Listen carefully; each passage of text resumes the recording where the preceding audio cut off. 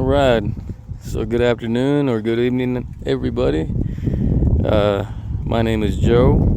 I'd like to do a review on my 2022 CF Moto Adventura. Keep in mind, I'm not a professional by any means. I have limited bike experience, but I have been riding for about 3 years. My first bike was a Harley Street 750. That's the only bike I've owned. This is the second one. I just kind of wanted to give a brief description, my own personal review, my own thoughts on what I think of the bike so far. First things first, I'm about 5'8", 5'7", depending on what the day looks like. Anyway, so yeah, the bike is it's really cool. I've had it now for about 4 days. I got it over the weekend, this past weekend. It's really quick for 650. It's quicker than I thought it would be. I just kind of wanted to put my opinions out there for right now. The bike has, let's see here, I like the digital screen, how it pulls up. Let's see here, the bike's sitting at 389 miles. I got it scheduled for its first service this weekend. Should be in a couple of days. So far so good. No major issues, no major hiccups. I have noticed upon startup, it doesn't matter if it's cold or hot, but in eco mode and in sport mode, if I gas it, it seems to fall on its face. It has a dead spot somewhere, so I've called the dealership. They're gonna look into that for me, but the service advisor said that these are fairly new bikes, so it's gonna be a learning experience for them too. So I'm kind of anxious and curious to see how they're gonna resolve that. I don't know if it's a software issue or a mechanical issue. There was something else. So it's gonna be that, and the other issue is that when I set the clock on the screen here, it will show that it's 8:24 a.m. and that's not right. But no matter how many times I set it, it always does something funky. I don't know if that's just because I'm not storing it, or if the bike's losing power. I'm not quite sure as of yet. I talked to them guys about it too, and they're gonna look into it for me. So I will be posting another video on what the solution for that was, if there is one, just to let anybody know. If you're looking into this bike or have one, yeah, shoot me some questions or comments or anything. And questions I'll be more than happy to answer. I like to be upfront and honest with everybody on what the bike is. And so far the bike is comfortable. It's really comfortable. And I was in the market for a cruiser. I was actually shopping this one against the Harley 48, and I'm a huge fan of that particular style. Sorry about the noise, everybody. I am in a public location.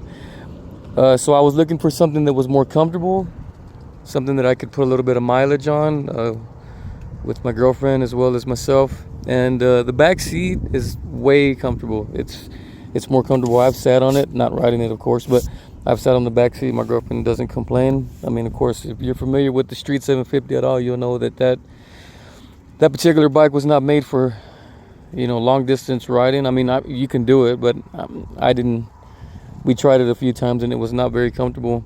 This bike seems to be suiting both of our needs.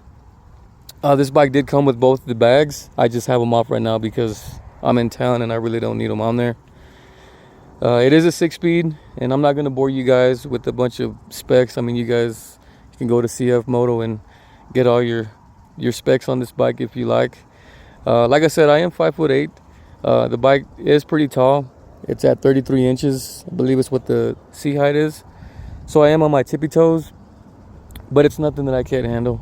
It is a little bit of a learning curve having the tippy toe, and with my girlfriend on the back, I just ask her, please don't move around a whole lot, because I would hate to pick this thing up off the pavement. But yeah, so far so good. CF Moto is a new brand. I mean, not a new brand as far as what they were telling me at the dealership. It's fairly new to be into the full-size bike market. As of yet, I have no complaints other than the few issues that I've already gone over. I love the LED lighting on this thing. It's super bright. I've already ridden it at nighttime. I can't talk today. Ridden it during the night, at night, and the headlight is bright. It's brighter than I thought it was going to be. It's extremely comfortable at highway speeds. That windshield comes in handy. The windshield is adjustable. Of course, you guys can look at cfmoto.com and see that it is adjustable height-wise. Yeah, so this is going to be this is actually my first video that I've ever made. I'm trying not to get too wordy or too boring. This is just the issues that I was having with the bike. So far, so good. Yeah, feel free to shoot me any questions or whatever, and I'll answer them the best I can. But yeah, anyways, guys, I'm starting this journey with this bike and the YouTube thing. So yeah, I hope I don't bore you guys to death. Like I said, I welcome all comments or questions, and yeah, I'm super excited. It's my first brand new bike that I've ever owned. Just really excited about the bike. I haven't quite opened it up just yet. I mean, I keep it in eco mode for the most part. But after the first service, after 500 miles is when they said that the service was due, and by then it'll be broken in, and I look forward to seeing what it can really do. I know it's not a sport bike by any means, but she is quick. She is definitely quick. So yeah, there she is.